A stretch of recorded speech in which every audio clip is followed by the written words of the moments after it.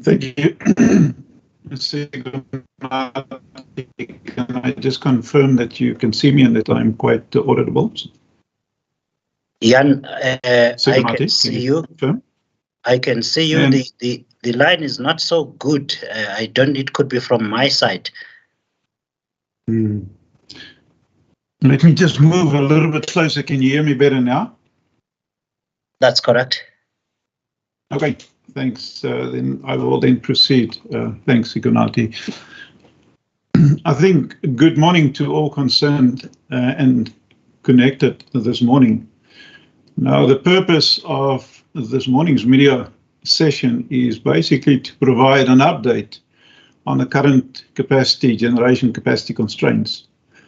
Now, as it just before 9:30 this morning, the information provided to me by the system operator is that our total unplanned availability is 15,614 megawatts, so significant number of megawatts that is on unplanned availability.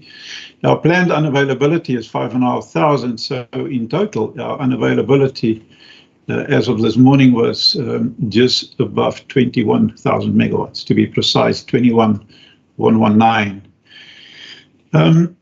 Now, over the weekend, this is now the weekend just passed, we usually during the lower demand period, we take the opportunity to address some defects that we do have, which we then also did on 4 of our running generators. So we took them offline to do some repairs on the defects that we had.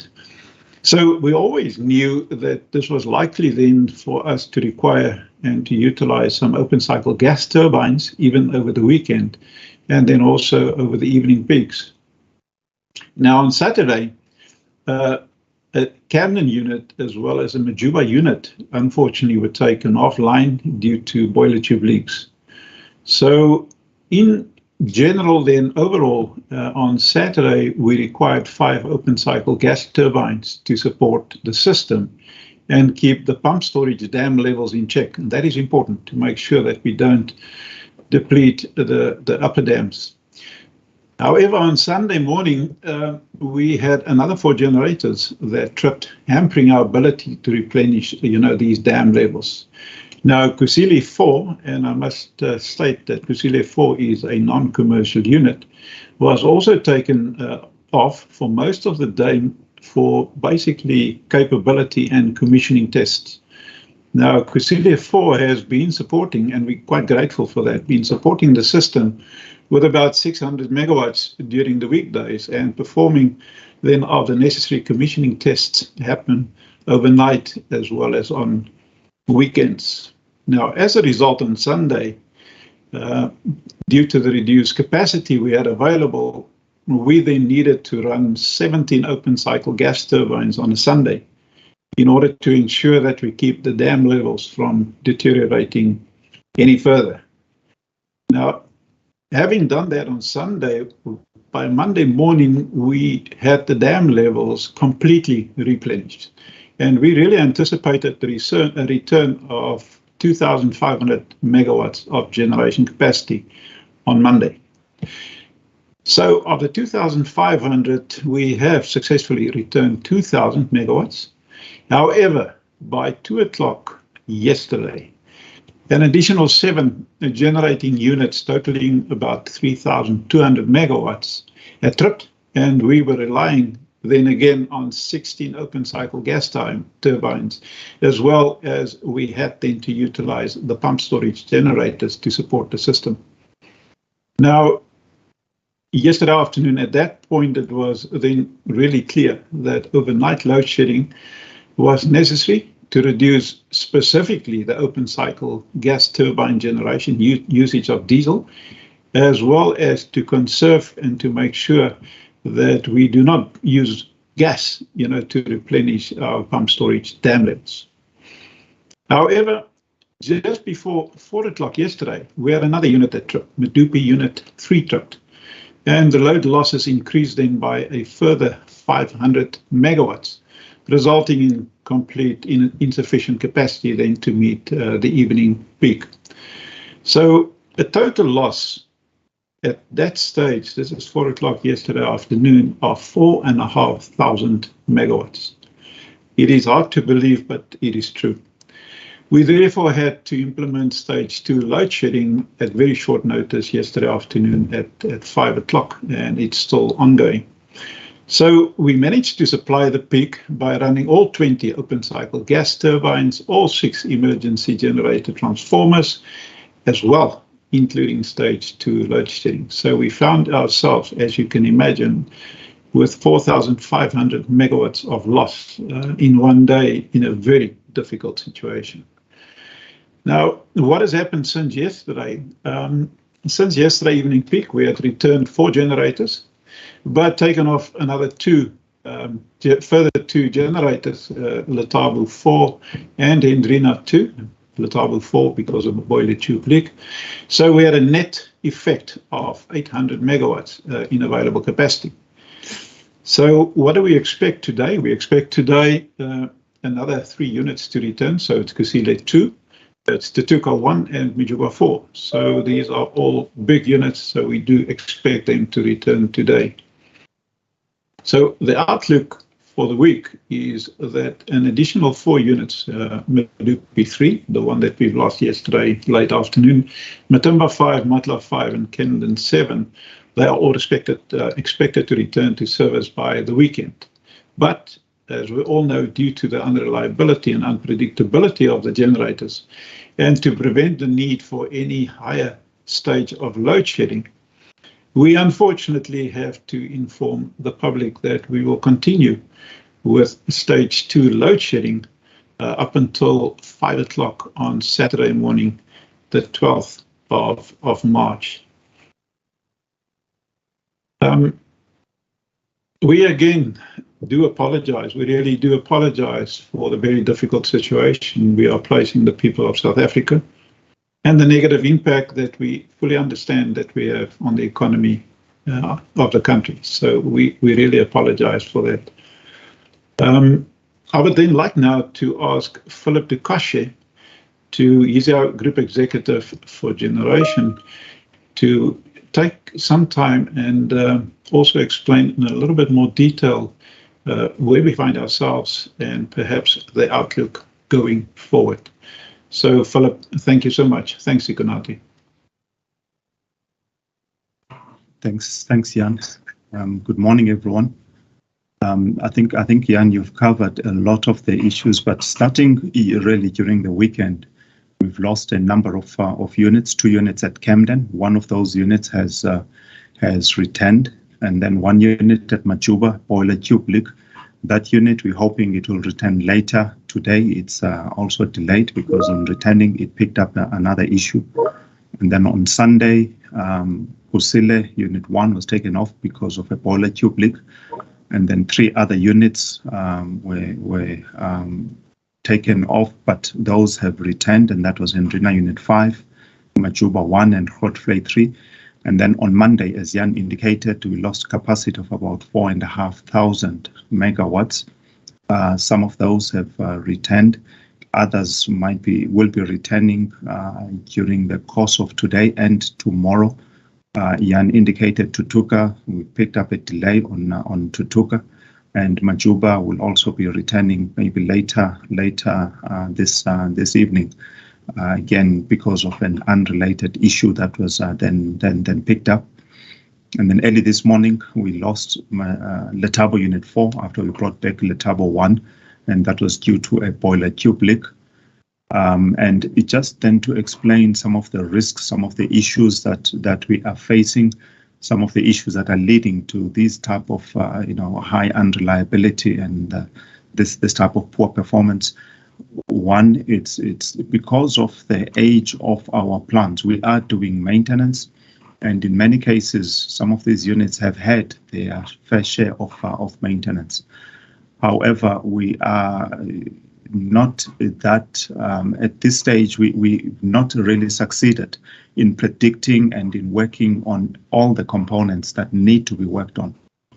So we are catching up on some of the maintenance. We've had some success in that, but some of these failures are coming from areas that have not been worked on. And we obviously need to look back and say, why were those, was that scope not included? Part of it is learning as the plant is aging. And so these are some of the things that we are having to look at. And then also we are still dealing with a backlog in maintenance. I think during the state of the system briefing, I gave details of where some of that backlog is. That backlog is still there. It's going to take quite some time to work through, because some of these issues, they require the unit to be off for 3 months or even longer. We require to plan for that. And also we need spares, to buy spares up front for those. So it's going to take quite some time to catch up on some of the backlog that we have.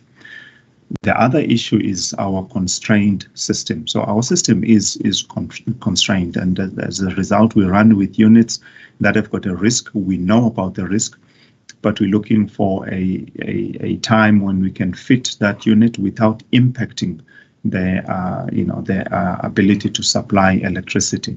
So that balancing act, it sometimes lands us in trouble, because what then happens is exactly what has happened today, in fact yesterday, where some of those risks then realize at the same time, and they hit you when you can least afford it.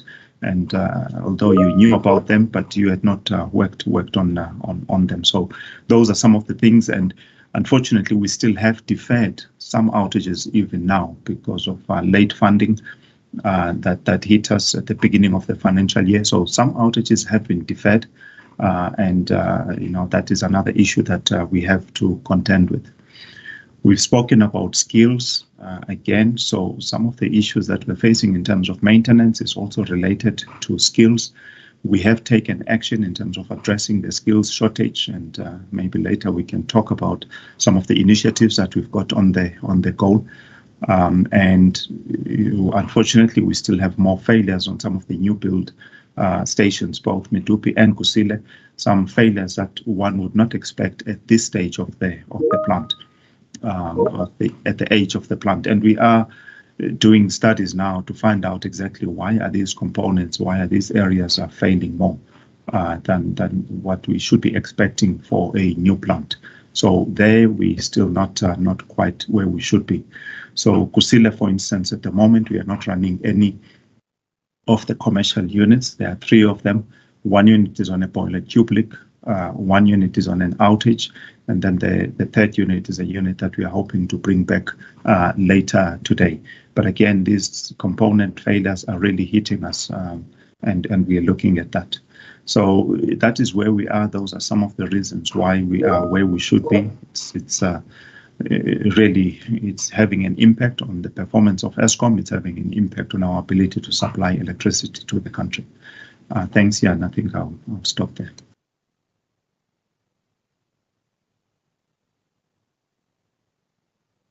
Thank you, Philip. So Sigunati, it's back to you. Thank you. Thank you, Philip. Thanks, Jan. Colleagues, I do encourage you to ask all your questions during this briefing, because my colleagues will not necessarily be available for interviews, as they have to go into the plant to deal with the situation. So please write down all your questions. I shall start reading those that I have already. The first one comes from Miriam Issa of EE Business Intelligence. There seem to be a very high number of units tripping simultaneously, an unusually high number. What is the reason for this? Are you struggling to do plant maintenance, and does negligence, skills shortage, or possible sabotage play any role in this? Before you answer that, Philip, let's deal with Terence Creamer's question as well. Does the rise in diesel costs increase the load shedding risk for financial 2022 and 2023? Does Eskom have any strategy to mitigate the sharp rise in diesel prices? What is the projected cost of OCGT production in rand per kilowatt hour at diesel? I'm trying to find the rest of your message, Terence. Okay, let's deal with the first question, please, Jan and Philip. Mariam's question. So maybe I can take that one. I think I've outlined some of the reasons for the high unreliability, the backlog in maintenance, issue of skills, and the risks that we are constantly running with. I think those are some of the issues that we result in us finding ourselves where we are. In terms of sabotage, no, we have not identified any sabotage at this stage. And in terms of whether there is negligence or not, so for each trip and for each incident, we go back and we look at, what could we have done better, what could we have addressed differently. And in this case, I think, yes, there will always be room for improvement. But I think it's only in one case where we have said this issue should have been predicted, we should have managed better, and therefore we need to go back and hold some of the people accountable. But in most of these incidents, these are plant failures. Yes, one can say maintenance should have been done and it should have been done better, and I would agree. But in terms of immediate negligence, no, we have not identified in the majority of these cases. Thanks. Thanks, Philip. I would like to perhaps just add a little bit, Miriam. Every morning at 4 o'clock, we receive what is called a daily 4 o'clock outlook. So I've just opened now this morning 4 o'clocks. Now, we then list all the units at risk, and we also then state what is a reason for the risk, and we classify it as a high, medium, and a low risk. Now, just this morning, and it builds on what Philip has said, we have 17 units, 7 units out of the 80 that we have in total, and some of them are out on planned maintenance, that is running with some kind of a risk. So it is a total of 8,700 megawatts that is at risk. Now, if we then break it down to high, low, and medium, we have, as we speak, about just under 2,000 megawatts of high-risk units running at high risk that we can lose at any time. So that explains in a way for us the unreliability and unpredictability of the system, and because we haven't had the opportunity yet to do the maintenance and then also to, admittedly, to do it properly. So we're still finding ourselves in a very difficult situation and a very tight situation. And, leading up to yesterday, we had a good run. And then just all of a sudden, things happened yesterday, 4,500 megawatts in one day. And what I can say also is yesterday at 5:15, we had a detailed debriefing per unit, going through the reasons why did we have the trip. And as Philip has said, I can say only one unit out of all that trip yesterday, all that we had to take down, were the issues that we believe that we could have done better. And we will now assess if any consequence management is required, and that will be done.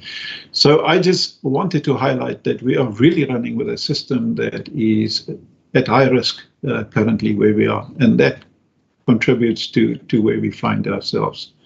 Thank you. Thank you again, Philip and Jan. Terence, I really have struggled reading your question. I think you must have copied it in from somewhere. It's making it very difficult. So if you have any other, please type it in onto the. So let's go back to your question. Does the rise in diesel costs increase the load shedding risk for financial 2023? Does Eskom have any strategy to mitigate the sharp rise in diesel prices? What is the projected cost of OCGT production in rand per kilowatt hour at diesel prices of around 20 rand per litre? And what is the cost of production sensitivity to changes in the diesel price and the rand-dollar exchange rate.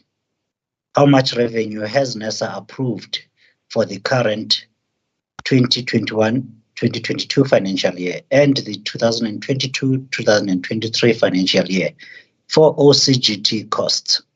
What is the actual cost for financial 21-2022 and Eskom's projected cost for financial 2022 and 23?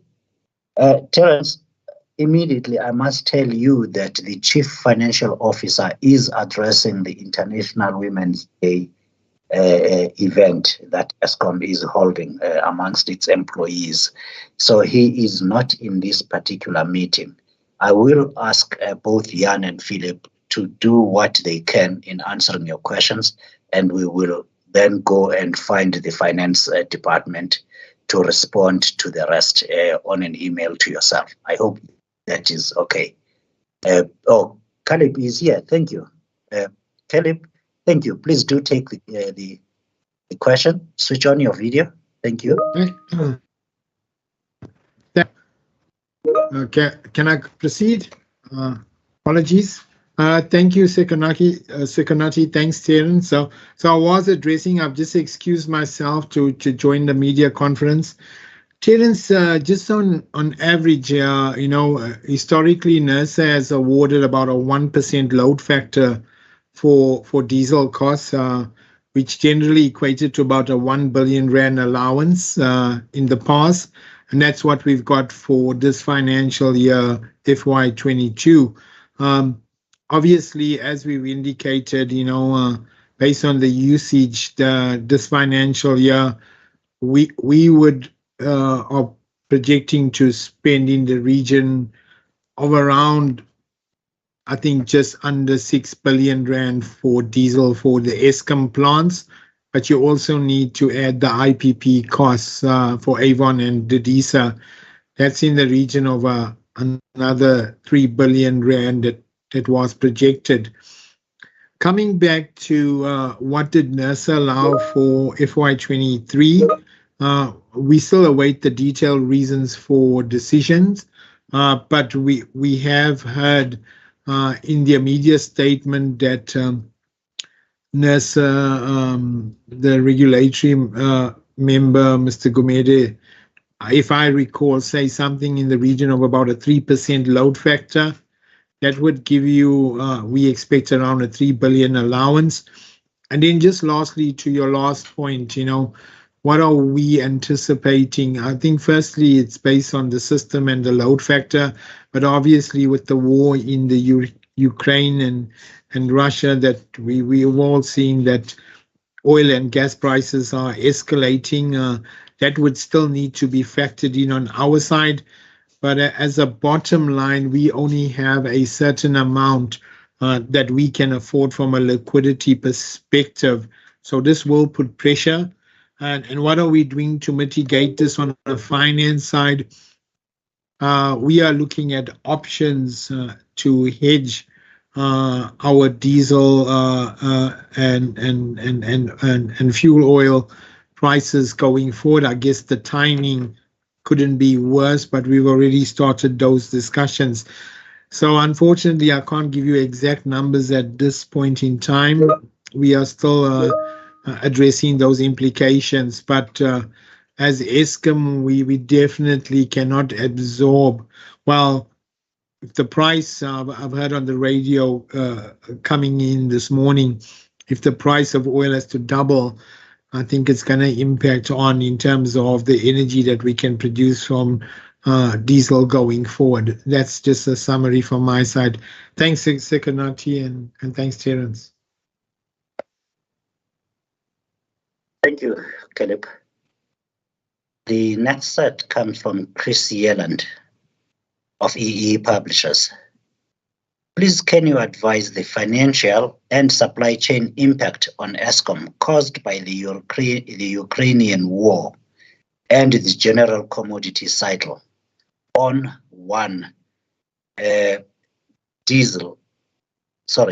coal supply cost, 2, diesel supply cost, and 3, nuclear fuel supply cost? Jan, can you handle this? I know Ridwan is holding a meeting with staff in Cape Town. Good, thanks, Ikonati. So Chris is giving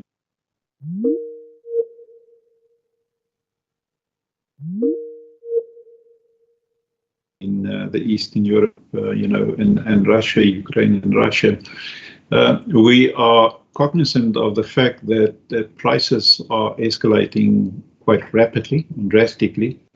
We had a discussion last night on just the cost, the rand per ton on coal. So we are quantifying and we are looking at actively on exactly what the most likely impact will be. So to quantify it at this point in time, we don't have it. So we're in the process doing that, and I trust that we will have it available soon. But we are really concerned on what the impact of the war up there will have on our operations down here in South Africa. Thanks. Thank you, Jan. The Chief Nuclear Officer, Ridwan Pakadin, is also here. Ridwan, can you add to that question? Do we have any direct suppliers coming out of Russia or Ukraine for our Koeberg power station?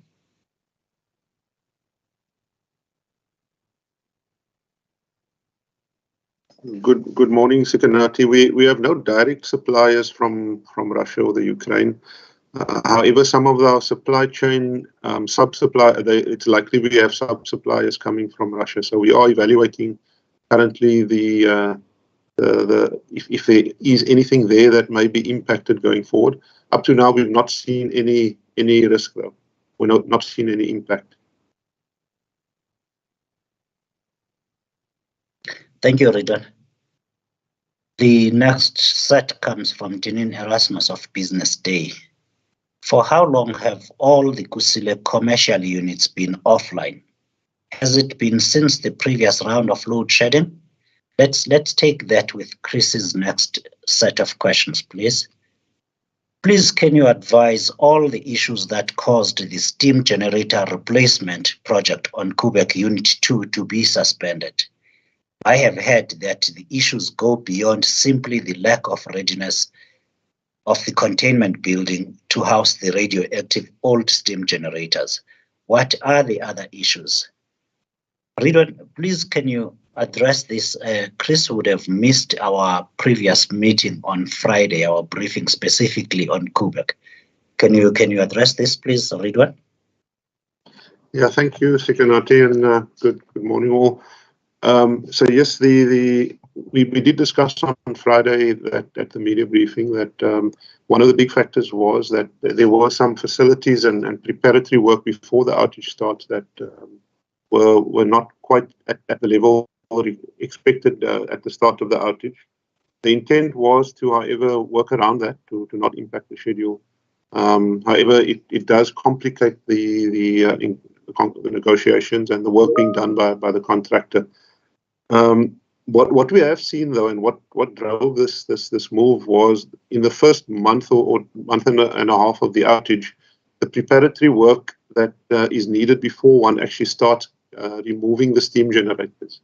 So setting up your on-site infrastructure, the tooling, that there have been some significant delays with that. And if one extrapolates that to the end of the outage, it would cause a significant slip on the outage. So we've asked for a revised schedule from both the contractor and our team, or the project team that we have, and that's come in now to say that you can expect at least 1 month delay on the outage, potentially much more due to that. And we really were concerned about that, and to the point that it may even impact on the next outage. So this decision was not taken lightly, but those were just some of the issues, Chris.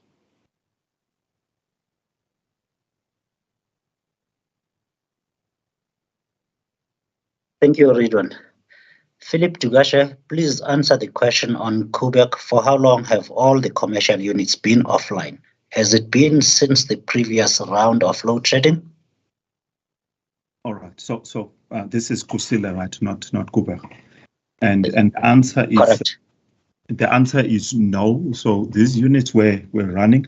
In fact, Kusile 1 came down on Sunday because of a boiler tube leak. So it was running until then. And then Kusile 2 tripped yesterday. And that's a unit that will be returning now. So no, it's not since the last bout of load shedding. They had returned and they were running, and they tripped one on Sunday, and then another one we had to shut down yesterday. Thanks. Philip, thank you. Please do put on your video, and Dinine has a follow-up. Please provide some detail about what caused Medupi Unit 4 to trip. Are Medupi's other commercial units working at the moment? Dinine, it was Unit 3 that tripped. That was Unit 3, that's correct. Unit 4 is the one that is out, that had an explosion and will be out up until around August 2023. Sorry, 24. Please help me there, Philip. What caused Medupi Unit 3 to trip? Are all the other units working at Medupi except that Unit 4? Yeah, thanks, Sikonata. I hope you can see me on my side. My video is on. So this was a valve that malfunctioned, and because of let's just say the valve failed. So this is the work that we need to do, and this unit is expected to come back in about 3 or 4 days. Medupi has had a good run. It's running well. It's I think we've sorted out a number of the failures, but some of these failures still hit us at Medupi. So Medupi currently, we've got Unit 3 and Unit 4 down. The other 4 units are running currently at Medupi. Thanks.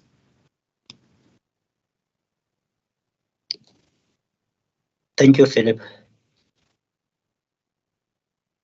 The next question comes from Miles. I'm really not going to try pronounce your surname, from my broadband. Mr. Dugasha mentioned that Eskom was aware of at-risk generation units in the country. Please, could you provide details on which units these are and what their generation capacity is? Philip?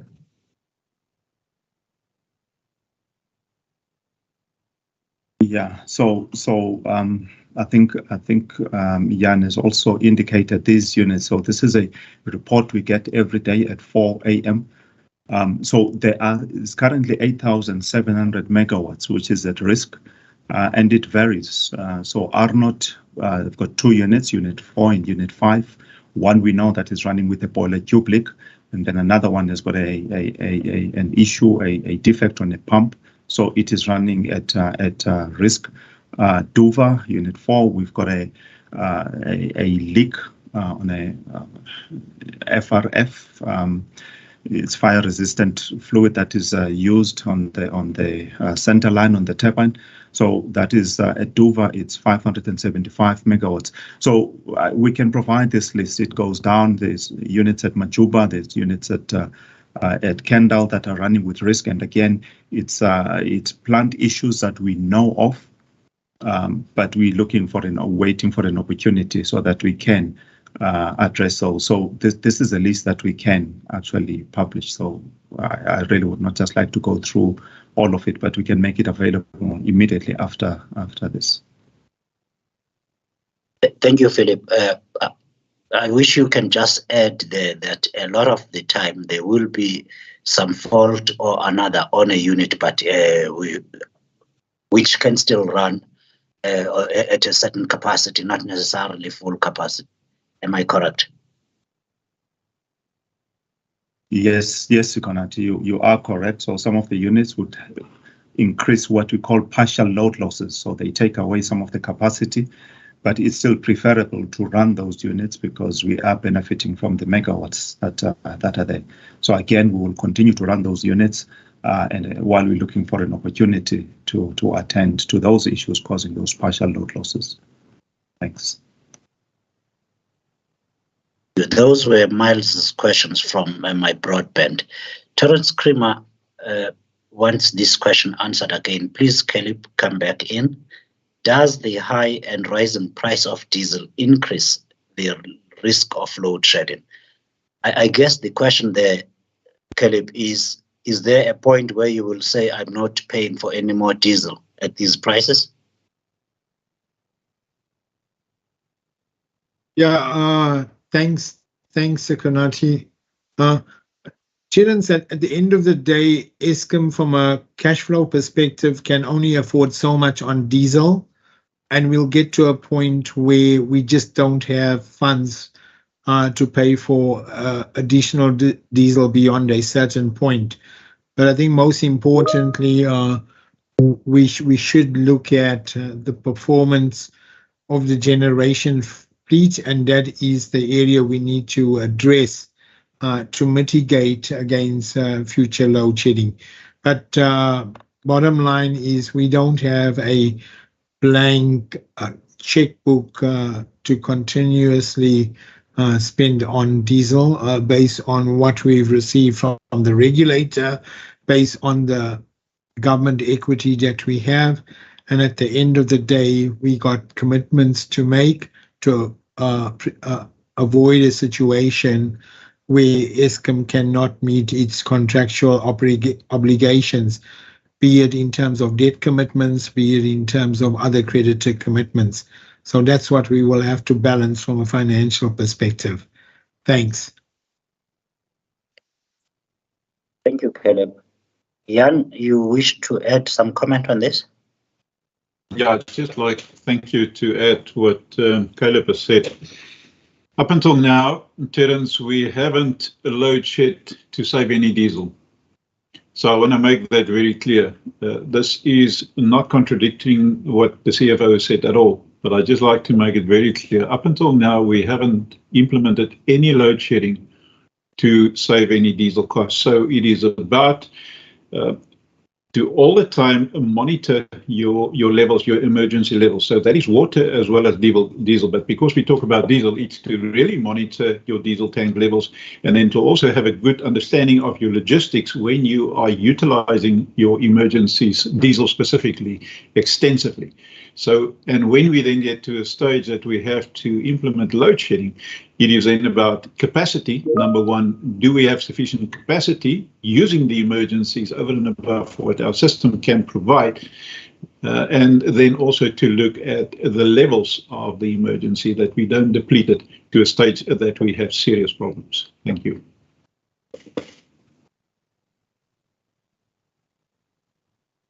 Thank you, Jan. The next question again comes from Chris Yelland, and it is for yourself, Ridwan and Jan Obarhoza.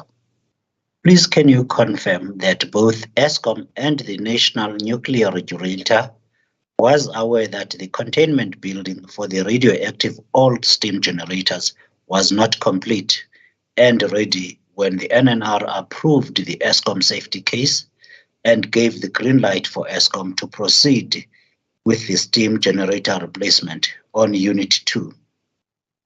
Ridwan? Yeah, thank you, Sekonati. I can confirm we got the approval. There were some conditions in the approval. So Eskom and the NNR were well aware of the condition and the readiness of that building, the storage building for the original steam generators when they get removed. And one of the conditions was, and it's a hold point, and they have a number of hold points in the approval. One of the hold points was to before proceeding beyond a certain point on the steam generator replacement project, to confirm the building was ready. So we've actually progressed that building quite significantly. Even the COO has been involved in engaging with some of the suppliers on that, and we've pulled that schedule back quite well. So today it's actually become less of an issue. We need to keep working on it because we now need to finish. That'll be done in the next week or so with that building, and it will be required when the job proceeds, when we remove the steam generators in the next outage, which starts in a few months' time. And we also need to do the same and build another building for the second unit. So yes, it was well understood at the time when we received the approval from the NNR, and the conditions were quite clear around what needed to be done in terms of the steam generator replacement and the readiness of that building. Thank you, Sikanati. Thanks, Ridwan. We have from Narisa Subramani of the Citizen newspaper the next set of questions. Please clarify if the repairs being done on the old stations are maintenance or plant life extension. I would suppose you are talking about all the power stations other than the nuclear power station, Narisa, and the answer would be that's maintenance. What contingencies are in place if the NNR doesn't grant the plant extension license for Koeberg in time? Confirm if the containment facility for Koeberg is ready for the plant maintenance next year. That's Narisa. Do you want to come back, please, Ridwan, and give a direct answer, perhaps to contingencies with regards to the plant extension license and when that containment building will be ready? Yeah, certainly, Sikanati. So the work being done during the outreach for Koeberg anyway is specifically, it's both maintenance and life extension work. So in addition to the steam generator replacement, which we've now spoken about extensively, there are a number of other projects continuing in the outreach which relates to plant life extension. So we're replacing the actor pressure vessel head. That work is still proceeding during the outage, but there's also a lot of maintenance, which is normal maintenance, and some of that maintenance is also linked to plant life extension. So that work proceeds, and we, as I've mentioned, we will be submitting our safety reports to the nuclear regulator by the middle of this year. The contingencies, we've raised the risk within Eskom. Should there be any delays on the life extension for Koeberg, and that is being managed in accordance with our risk management program within Eskom to ensure that there are contingencies in place, so additional capacity at that time should there be any delays, which we see as being very small risk. And then just the facility for the steam generators, when they come out of the plant, it's nearly ready for the first set of steam generators. So and the second building will start construction as soon as the first one's done in the next month or so. So it's taken, the actual construction has taken about 4 months. So we envisage that the first building will be needed by early next year, and the second building towards the end of 2023. So we're well on track for that now. Thank you, Sikana. Thank you, Ridwan. I hope that clarifies your questions, Narisa. Philip Tugashe, please can you answer the question about the repairs being done on the old power stations? Are these maintenance or are these life extension? Thanks, Sikonati. We are not doing any life extensions on our plants. So the plants that all of our plants actually, we're just doing maintenance. But I wanted to come in here because I think we need to clarify and address something which may not be obvious. So we have a plan in Eskom that says when each station will be shut down. So we maintain our plants in accordance with that plan. So if a station, for instance, is going to be shut down in 3 years or 4 years or 5 years, then one would not necessarily buy expensive components to be able to refurbish that station or that unit.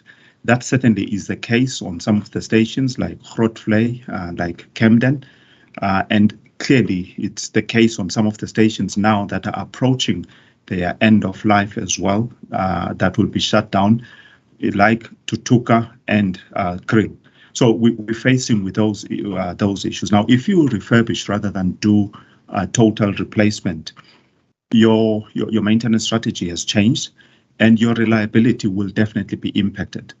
So if one has to chase higher reliability, then you change everything. That's what you would do. You change everything, you bring in something new. It's going to cost quite a lot more, but then you'll get the reliability there, much higher reliability. So as the plant age, as they approach their end of life, one would not expect that you're going to do a total changeover and install new components. So those are some of the dynamics that we are sitting with. It has to be a balance between the money that you have and the money that you can spend on a plant that is about to be shut down. The second thing that I want to make as well, I think we have been saying as Eskom, and I need to reinforce this, we need additional capacity in the country. That capacity is desperately needed. Every time there is load shedding, it's we look at Eskom, and it should be because we are the bulk supplier of electricity. But we have been saying now consistently for a number of years, or at least months, that we need between 4,000 and 6,000 megawatts of additional capacity in the country.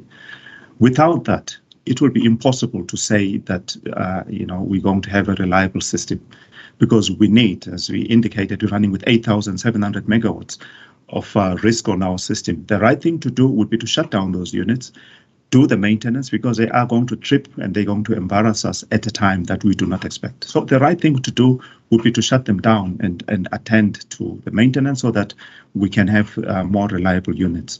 But we can't, because we know if we shut them down, then we're going to increase even the stage of load shedding. So additional capacity is desperately needed in the country in order to have a much more reliable system, total system, to meet the demand for the country. Thanks, Sikonata. I think I just wanted to emphasize that. Thanks. Philip, thank you very much. That is a very important message you have given. We need additional capacity, currently standing at 4,000 to 6,000 megawatts and growing. The decision to build such capacity lies with the government of the Republic of South Africa. So I do urge my colleagues, if they have any questions about that, to address them to the relevant Department of Mineral Resources and Energy. We have run out of questions here, colleagues. I now would like to ask Jan Oberholzer to again repeat the update as to what is going to, where are we now with regards to load shedding. And we will then close the meeting after he's spoken. Colleagues, we will make this recording available as soon as possible, together with the media statement confirming what we have just communicated. Thank you again for your attendance, and Eskom would like again to apologize to the Republic of South Africa and to the people for this load shedding. Jan, closing remarks, please. Good. Thank you, Sikonati. Yeah, just to recap, currently we are on stage 2 load shedding, regrettably, obvious, and looking at the system. So we're on a continuous basis evaluating where we are. We are then also very importantly looking at the emergency reserves. And as we speak, I'm sitting here just next to Garikwa, and I can actually hear the units running here in the distance. So we are extensively using our open cycle gas turbines even during the stage 2 load shedding. So we are evaluating our system on an ongoing basis, but where we find ourselves and having a look at what needs to return, and then also take the probability of losing additional units, we believe it is responsible to now inform the country that we unfortunately will have to continue with stage 2 load shedding until 5 o'clock on Saturday morning. Should the situation improve to such an extent, we will communicate, as soon as we can. And if there's any possibility that we are in a position to lift the load shedding, totally, or perhaps to go down to level 1, we will immediately do that, because we really do understand the impact of load shedding to the country, to the people, as well as to the economy of the country. Having said that, I would fail if I don't also thank my colleagues in generation, they're going through a very tough time. We all are. But to say to them that we are really proud of you. Please keep at it. Do your best, because your best will take us out of the situation that we find ourselves. So again, thank you, and we are immensely proud of yourselves. And then, yes, Sikonati, I'd just like to repeat that we really regret having implemented load shedding stage 2, but we will do our utmost to make sure that we lift that as soon as it is possible. And again, thank you for everybody's time today, listening to Philip and myself and Ridwan and Caleb and Sikonati. So thank you for that.